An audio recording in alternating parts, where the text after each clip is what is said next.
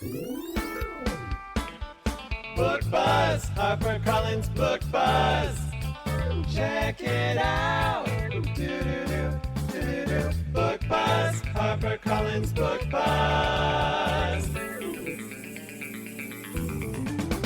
Brought to you by Library Love Fest.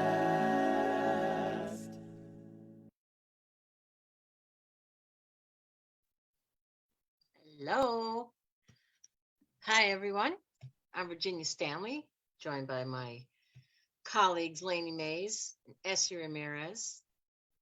Hello, everyone. Hi. Welcome back to the third installment of this month's Galley Club. This month's selection, as you know, because hopefully you've been watching, is a debut novel by Tracey Lien, All That's Left Unsaid. Tracy, thank you so much for joining us today. Thank you so much for having me. Yeah, this has been exciting. So on 2 weeks ago, we had the agent and author, editor on together to talk about the book. And we've had nothing but great responses from that conversation. And people are so excited now to hear from the author herself to talk about her book, which is a debut novel about a young Vietnamese-Australian woman who returns home to her family in the wake of her brother's shocking murder. So, Tracy, again, thank you for joining us. I'm going to turn this over to Ms. Lainey Mays, who lit the fire long ago when she first read this manuscript, and we all dove in on Lainey's recommendation. And boy, what a great one it is. So, Lainey, take it and turn it over to you. Thank you. And thank you, Tracy. I'm very excited. I know we connected after we did the initial announcement, and I just know that you love librarians and you're excited to be with us. So I can't wait to hear more from you, but I just want to do a quick bio so everyone knows. Tracey Lien was born and raised in southwestern Sydney, Australia. She earned her MFA at the University of Kansas and was previously a reporter for the LA Times. She lives in Brooklyn, and All That's Left Unsaid is your first novel. So big claps for that. Congratulations. And this book, I can't stop thinking about it. I have the paper version that I printed out when we first got the manuscript. And today I was looking back through it, and there were some parts that I was getting really emotional, and I've read it. It's so beautiful. And I think I couldn't think of another book that would just be so perfect for Galley Club, because there's so much to discuss and so much packed in this book. But you just keep turning those pages, and the dialogue is wonderful, and the setting is a character in itself. So before I tell everyone all about the book, I'm going to turn it to you to tell us a little bit more and what your inspiration was to write it. Yeah, well, thank you so much for choosing the book. So I'll give like a brief overview of what the book is about, just in case, there are people on the call who haven't had a chance to get around to reading it yet. So All That's Left Unsaid is set in the year 1996 in Cabramatta, which is a Vietnamese refugee enclave in Sydney, Australia. The story begins when a 17-year-old boy named Denny is beaten to death at a busy restaurant. When his older sister Key comes home for the funeral, she learns that the police are completely stumped by her brother's case. About a dozen witnesses were present, and they all claim to have seen nothing. So Key takes it upon herself to track down each witness to find out what happened. So I wrote this novel because I really wanted to challenge the myth of the model minority. I grew up in the Cabramatta area myself, and I think as a little kid in Australia, you're told from a really young age, you're as Aussie as they come, that you belong, you'll get a fair go, and that Australia really values multiculturalism. But what I realized at some point was that this didn't quite apply to me or to people who looked like me. I think I realized that my citizenship was conditional. It was conditional on my impeccable behavior. It was conditional on my gratitude. And if I ever did anything to step out of line, then I risked being perceived as a nuisance or worse, as a threat. And I think we've seen a version of this play out in America recently, where Asian Americans, once considered like the success stories of this country, were almost overnight thought of as like carriers of the Kung flu, or, they were threats to public health. And to be on the receiving end of this sort of fear or hate, it's confusing, it's hurtful. it's frustrating, but one of the things that has gone left unsaid for a long time is that it's also dangerous. And so that's what the title of the novel refers to. It's about the unspoken consequences of anti-Asian sentiment. But it's also about so many other things that are often left unsaid, like the responsibility that the children of immigrants feel that they have for their parents, how we protect our parents by withholding information. It's about how no community is a monolith. We often hear like Asian Americans being thought of as like a hive mind, when the reality is like they're just as complicated as everyone else. Like we're just as stubborn and funny and goofy and capable of failure. And so those were the themes I really wanted to explore, and I wanted to do it in a way that was fun. So there's like a mystery at the heart of it. There's a murder at the heart of it. And yeah, that's the book in a nutshell. Yeah, that's great. I think also I'm so glad you talked about like what the kids hide from their parents, because I think that weight of those first generation kids where they have to be, part translator or part emotional support for parents who maybe can't give them that support. That was a really big part of the novel. And I enjoyed seeing Key and her parents kind of understanding each other. And I think reconciliation is a really big thing in the book, whether that's physically with your parents or just like with your past self. And I think Key kind of has this other person in her mind. I don't know if you want to talk about Minnie a little bit. Yeah, so Minnie represents so many things. The first is that I really wanted to explore the complexity of female friendship. Like, I think, especially for young girls, like your best friend in primary school or in high school, like that relationship is just so intense. And you rarely come across another relationship where you love the person so much and yet sometimes you really hate them. And it's such a complicated relationship that is really like defining for a lot of young women. So that was one thing I really wanted to explore. And then the other is Minnie is the person who says everything that Key needs to hear. And so she's the character who is challenging Key, because Key is a character who, like me when I was younger, I really bought into the idea of the model minority. I really did think that if I worked really hard, if I was really well behaved, then I would be accepted. And, to realize that, oh, that's a lie, like that is a really dangerous thing to buy into. Like Key is on that journey and Minnie is really facilitating that by like nudging her and prodding her and making her uncomfortable. So yeah.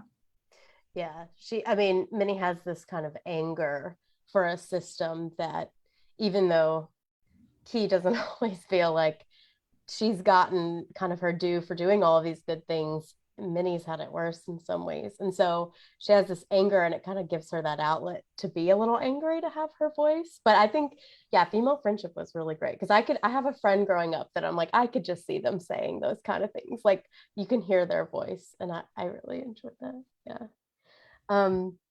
And so when she goes back, she quickly realizes that the police are not really gonna fight for this information. Her parents aren't really fighting for any more information. Her brother was star student. And so she wants to figure it out. How does she come to take on a lot of the responsibility of finding answers?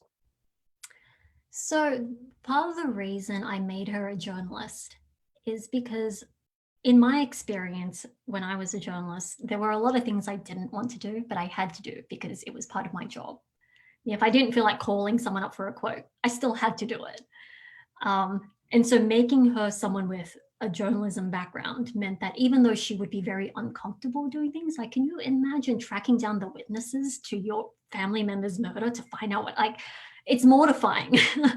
And so for her, like, she's got that background that if it doesn't come naturally to her, then at least there's something there that's pushing her. And then the other thing is, like, she is someone who is bought into the myth of the model minority. She believes that her whole family has done the right thing. Her brother is like the valedictorian, he's brilliant. So why doesn't anyone care that he was murdered?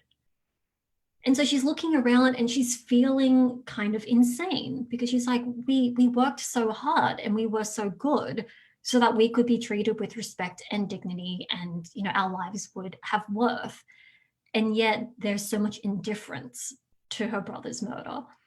And so she feels that if no one is going to care, then I guess I'm the only one who does care. And as someone who cares, I have to do something.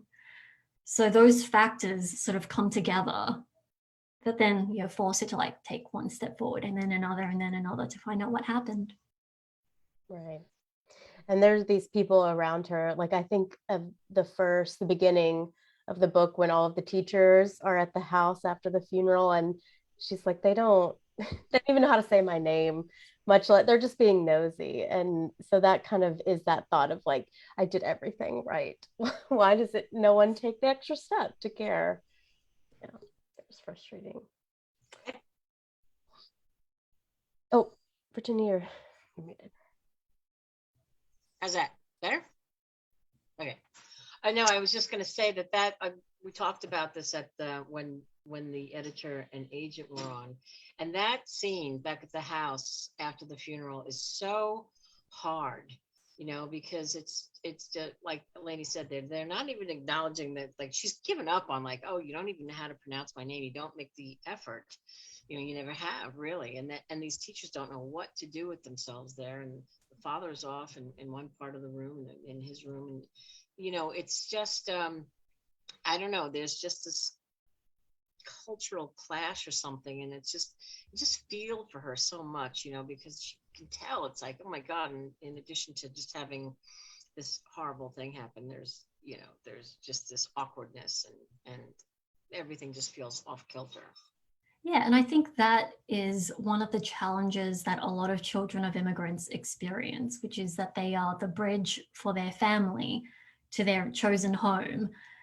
They are the translator, they are the representative, and it's a lot to put on someone, especially when you think, perhaps like Key has been doing this since she was a child, and there's no respite, and now she has to translate in this awful moment where it's like at her own brother's wake, she has to make sure that her teachers are comfortable, she has to make sure her parents are comfortable, and yet there's no one there to comfort her. Yeah, that's the thing. It's like it's so unfathomable, and yet it rang so true.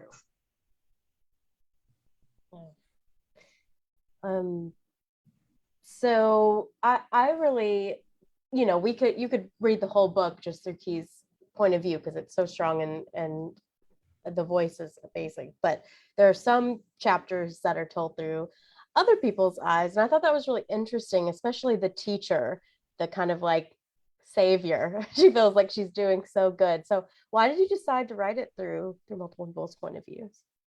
Right, so my choice to sort of have all these different points of view was because I really wanted to push back against this idea that any community can be a monolith. So all these characters, the majority of them are Asian Australian. They all share a language, so they all can speak Vietnamese, they all share a culture. Most of them have refugee backgrounds. Most of them are from Vietnam or are descendants from people from Vietnam. They live in the same place, they witness the same murder. So they should be sort of like, considered, oh yeah, they're all the same, or they're all probably like hive-minding in some way. And yet they're so different. Like they all have had this shared experience, but their reasons for not speaking out are so different. And I was trying to make a point of like, look at how complex and different every person is. Like, from a distance, you might say, oh yeah, they're the same community, therefore so many similarities. And yet from one character to the next, you're like, oh, their personalities are different, their motivations are different, even their like individual brand of trauma is different. And the way I approached that was sort of by suspending judgment. So like one of the characters is a wedding singer named Flora. And spoiler alert, but she saw who committed the crime, and she is protecting the killer. And I think on the surface, you might look at her and be like, how can you be so passive? How can you possibly believe that protecting a murderer is the right thing to do? And in approaching her, I suspended that judgment. And I went into her head and I was like, okay, this person believes that what they did was the right thing. So let's work backwards. What got her there? And then I did that for every character. So many characters who I disagreed with their actions, their beliefs. And yet it was like, just suspend that judgment and participate in some radical empathy for a moment, assuming this person really believes that they are doing the right thing. And in Flora's case, I had to go back to when she was 6 years old to find that kernel of a moment that would sort of influence her trajectory and would influence this decision she would make, decades down the line. And that was how I was able to like make each person so different from each other, make their motivations so different, and ultimately illustrate that the people in this community are just like you and me. They're just as complicated as you and I. And then Sharon Faulkner, the teacher character who you mentioned, white character in the novel, and she's actually probably my favorite character. So she does some really cringe-worthy things. And sometimes when I go back and reread it, I'm like, oh my God, I can't believe I made her do that. Like, it's so uncomfortable. She's a really well-meaning white person who does her best and comes up short. Her best is not good enough. But what I really loved about her and why I really wanted to have her in the book was she is someone who comes up short and keeps trying. Because I think whenever a well-intentioned person, I consider myself a very well-intentioned person, but if I screw up, if I get caught out, if I am humiliated, there can be the instinct to get defensive and resentful. And we really have to fight against that instinct, right? And Sharon is someone who like does, come up against it and chooses to keep trying instead.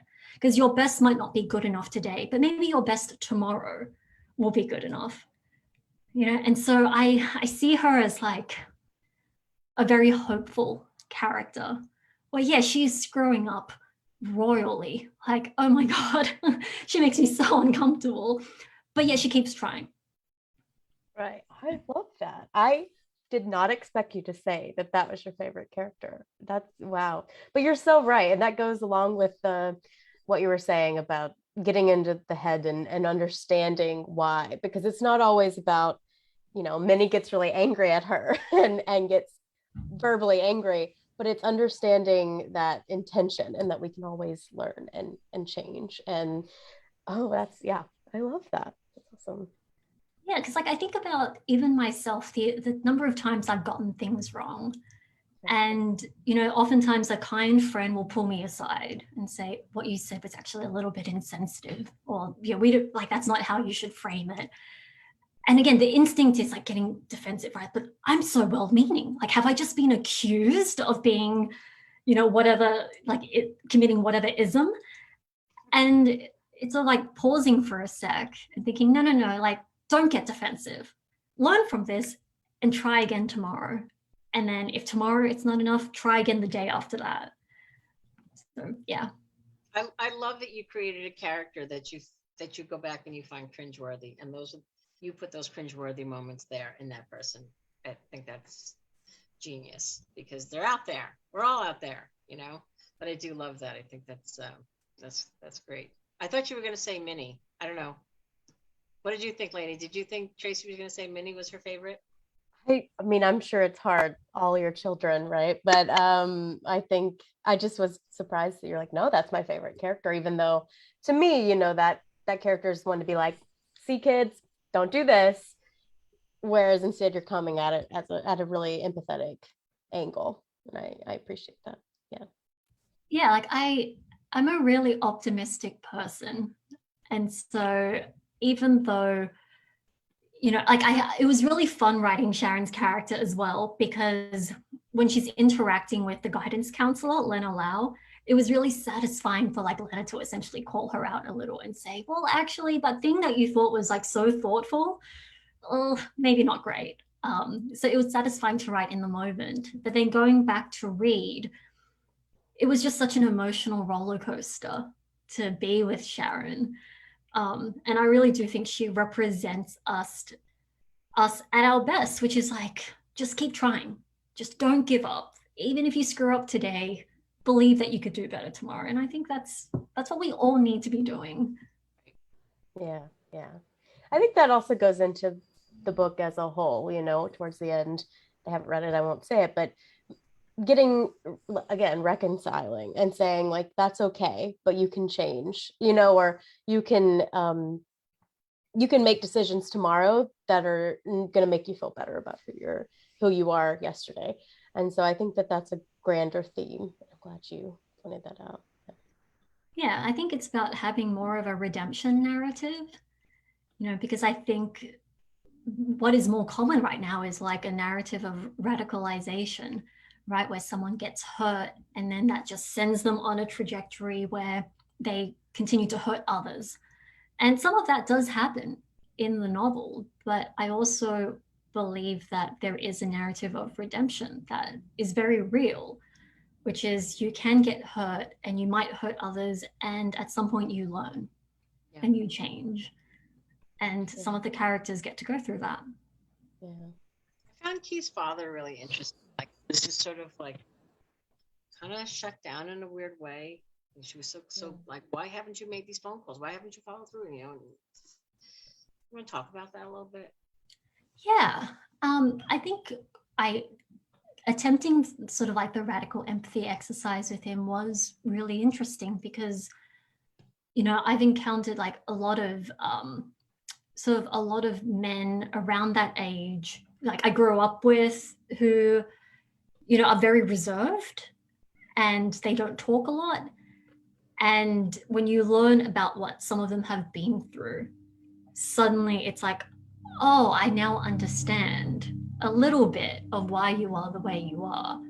Like their experiences as refugees, their lives in Vietnam. Like, so the thing with refugees is like no one is really born a refugee. It's an experience you go through, and it's almost like this demarcation of your life before this incredibly tragic thing happened. And so what was life before then?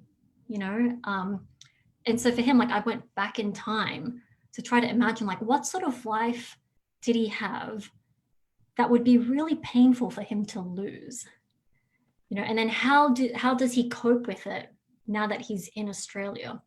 Because one of the things I learned through research was that there was a lot of PTSD amongst the refugee community that went untreated. There was no counseling, there was no therapy. People just coped with it however they did. And that tended to result in a lot of violence, or a lot of silent suffering. And so I wanted to give some of that to this character to sort of complicate him a bit more, where it's like, on the surface, he seems like this really unengaged parent who just, isn't doing enough. But then you sort of understand what he has lost and what he has to do to cope. Yeah. And suddenly it makes a little bit more sense. Yeah, self-protecting. Yeah. But he also, I enjoyed that he, at the, as she sees that, on first glance, that does look like someone who is sitting there doing nothing, but he's grieving in this really deep way. And I also like that he sees them a little deeper than they think. Like when he tells her mother that, a bull has to have another bull to lock horns. Like he's very wise. And I enjoyed seeing that play out where it's like, he's not just unable to do anything or doesn't want to. It's just because this grief is weighing on him so hard. And I thought that was beautifully told. Yeah, and it's that intergenerational conflict, right? Where sometimes you might see your parents or your grandparents, like, and you have a certain narrative in your mind, but they're like, no, you're missing the point, or you have completely misremembered how that happened. And then it happens like the same way as works the other way around, where your parents might say, oh yeah, when you were younger, you did this. And you were like, no, I did not. And so sort of in sort of going through that empathy exercise, I was really trying to reveal, I guess, how people see themselves, which is so different from how others see them, and how that conflict can be such a source of pain for people. So yeah. I have a few quotes to read if we have a second before. Oh, also we need to talk about your past library experience, Tracy. Oh yeah, and we have images to show too. We do have images. So I'm just going to read a couple of quotes. There's so many great ones. So this one is from Julia Phillips. author of Disappearing Earth, says, Tracey Lien's story pulls you back 20 years, then pushes you, heartbroken and stunned, into today's bright light. All that's left unsaid is honest, aching, and filled with beauty. It will transport you, which is a beautiful quote. And then we have one from Leanne Moriarty that says, an unforgettable debut, utterly compelling from start to finish, original, heartbreaking, gripping. I just loved it.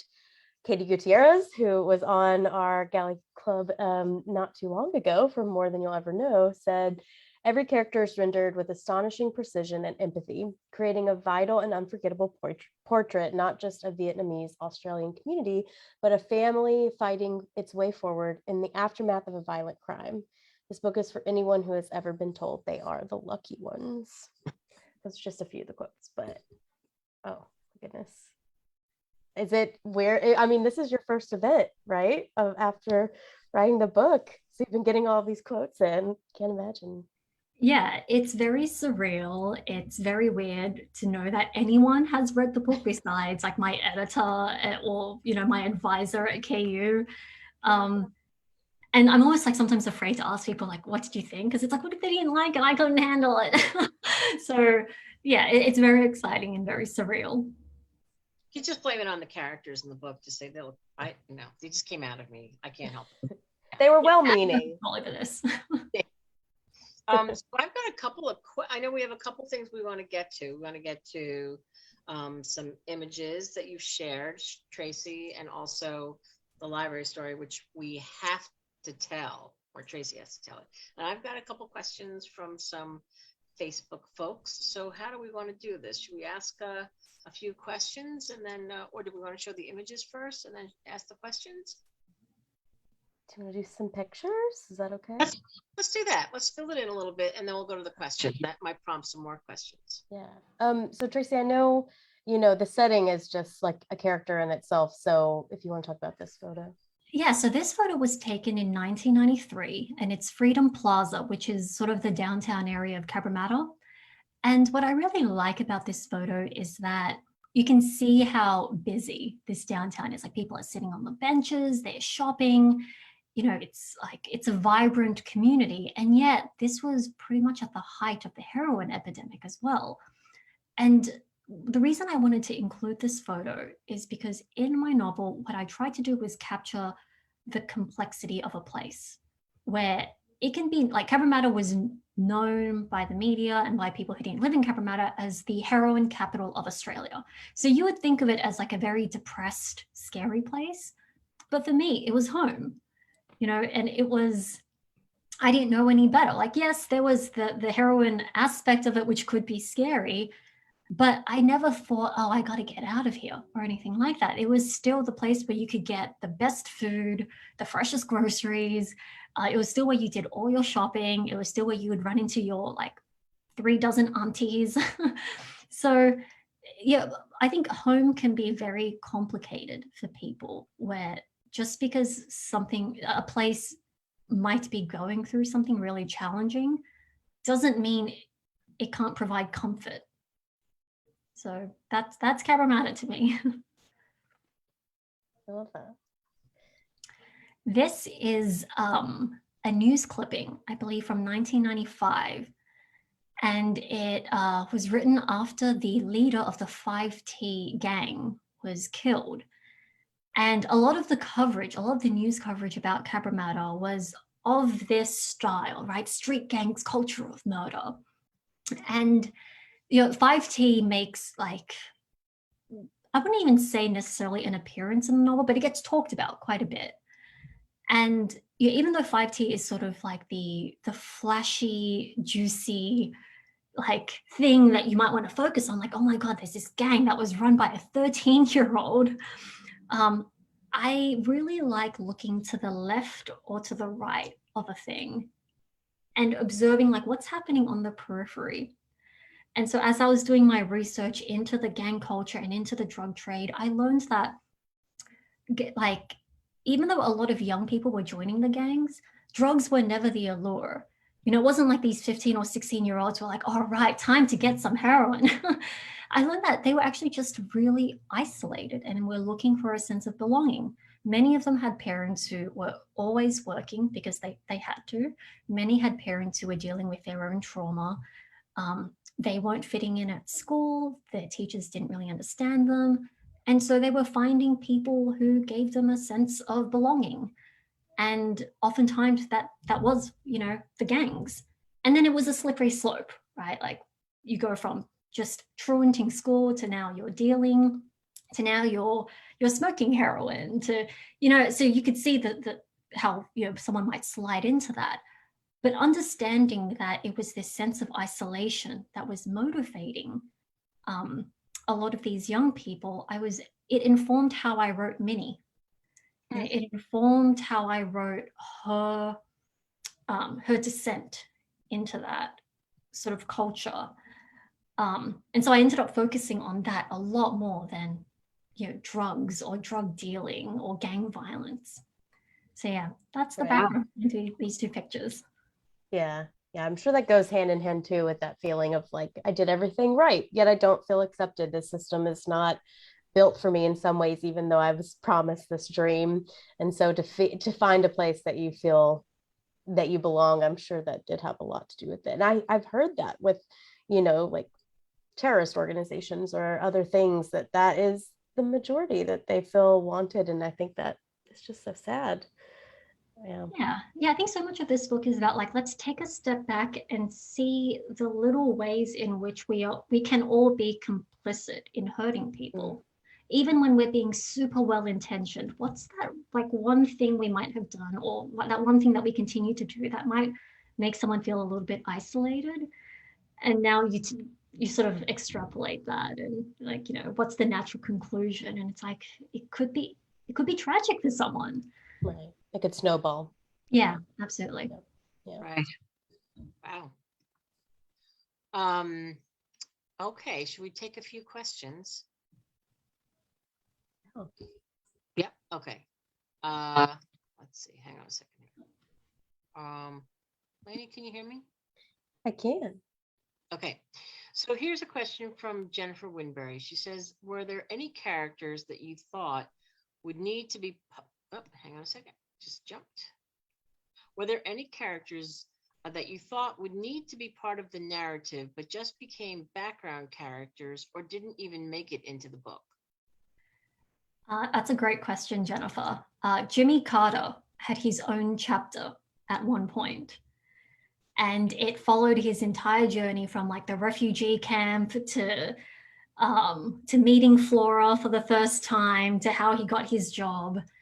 And I really loved that chapter, but after like several drafts, I was just like, he's just sort of hanging on, like without a lot to do.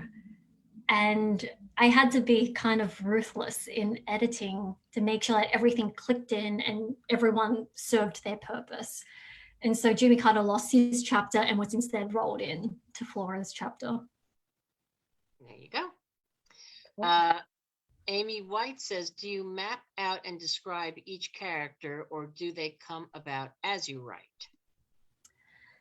I'd say the latter. I wish I was someone who could plan and outline and then write, but I just write like a couple of hundred words each day. And each day, like through each, writing session, I learn a little more and a little more. I sort of liken my process to, I decided to build a house because I have lived in a house and I have seen houses. So I went and I built a house, and it kind of looked like a house, but it was not structurally sound at all. So then I had to go back and reinforce everything to make sure the house wouldn't collapse. And after it looked like a house and it had good bones, I realized I had no plumbing. So then I had to rip out the walls to install plumbing and insulation, and then patch everything back up, and then go through with spackle. And so by the end of it, it looks like a house and it's pretty sound, but only I know like the convoluted, winding, messy path I took to get there. I love that. Love that too. Love that too. Yeah. I'd love to know how far, what was your process in figuring out what made the father tick? Yeah, for that, I knew that I wanted him to be someone who was previously very vibrant. because I figured that that would make his current form more, I guess, I'm not sure if heartbreaking is the right word, but I wanted there to be like a fairly severe transformation so that his children, the version of him they know, is not the version of him he used to be. So then in imagining, okay, what kind of person would be the opposite of this? Well, I guess he would be very outgoing. I guess he would be a really great dancer. I guess even though he and his wife now sort of bicker and don't talk to each other, they were probably like madly in love at one point. And so it was just sort of like going back and wondering like what would be really painful for someone to lose. And it'd be losing your sense of joy, losing the delight, losing the fun. Yeah, losing yourself. Yeah. Casey Davis says, considering the principal point of view is from a young adult, have you ever considered writing for that age? That's a great question. I think the themes that I'm tackling, I wonder if they might be heavier than what a person might expect from YA. I really don't know, because I've read a lot of YA that is very complex and nuanced. But I think because I knew I also wanted the points of view of adult characters, and I also knew I wanted to tackle some pretty traumatic experiences, I sort of just wrote with adults in mind. Yeah, there's also some reflecting that happens because a lot of the time she's looking back at a younger herself, with Minnie especially, and so maybe she wouldn't have that same reflective like she wouldn't have the same thoughts, if it was a young adult, maybe she'd be feeling them in the moment. Yeah, it's interesting. I don't know, maybe we need a book from young Minnie's point of view, which is all from Lulu's point of view. yeah. Yeah. Essie, do you have some questions on the Crowdcast side? I do.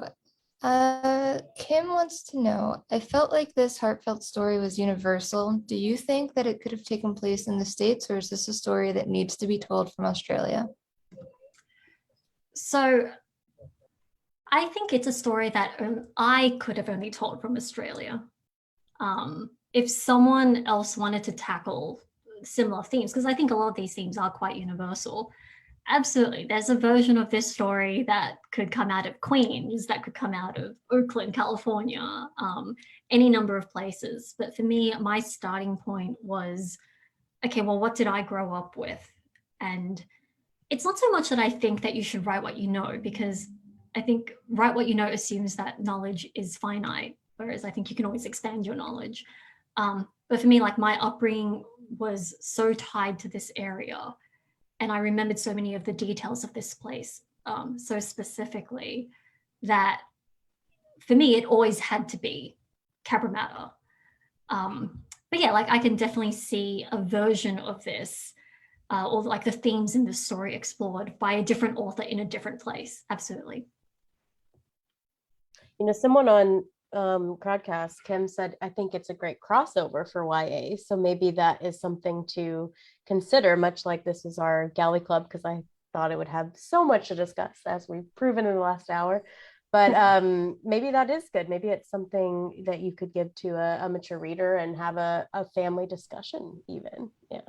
Yeah, my sister-in-law actually recently read it with her 12-year-old daughter. Oh. And I was like, you do realize that the C word appears a couple of times, right? but it's all within context. So yeah, and they were able to enjoy it. So I do think like a more mature teenage reader could definitely like understand what's going on and perhaps appreciate it. Yeah. Thanks, Kim, for saying that. Well, I think we have to ask Tracy to tell her story, her library story. Yes. Okay. I can't leave without that story being. So I get this email from Tracy who told me this, and I was like, we have to talk about this. So what library connection do you have? Okay, so in 5th grade, I was a library monitor at my elementary school. it was a job I took very seriously. We were given these little metal badges that had library prefect written on it. I wore the badge every day to school. I still have it. It's at my parents' home in a little pouch. And my main duty as a library monitor, it was actually a couple of things. At recess and lunch, we were to help people like check out any books they wanted to check out, which is a lot of fun. Loved using the scanner. And we would be responsible for helping people like check out games during lunch. So if you wanted to play like Uno or Monopoly, I would be in charge of that. And I was such a tyrant. Like halfway through lunch, I'd be, walking around with my badge on, being like, so you've been playing Uno for quite a while. Like you've been hoarding that deck of cards. You think it might be time, to let someone else have a go? And I took it so seriously, but it was great. I had a great time. Loved being at the library every day. And yeah, have had a soft spot for librarians ever since, for tolerating me back then. Well, I think it's sweet because maybe the people with the Uno cards did not feel that you were being fair, but you were looking out for the person who had them after. Exactly. Yeah. You can't just hoard the Uno cards for all of lunchtime.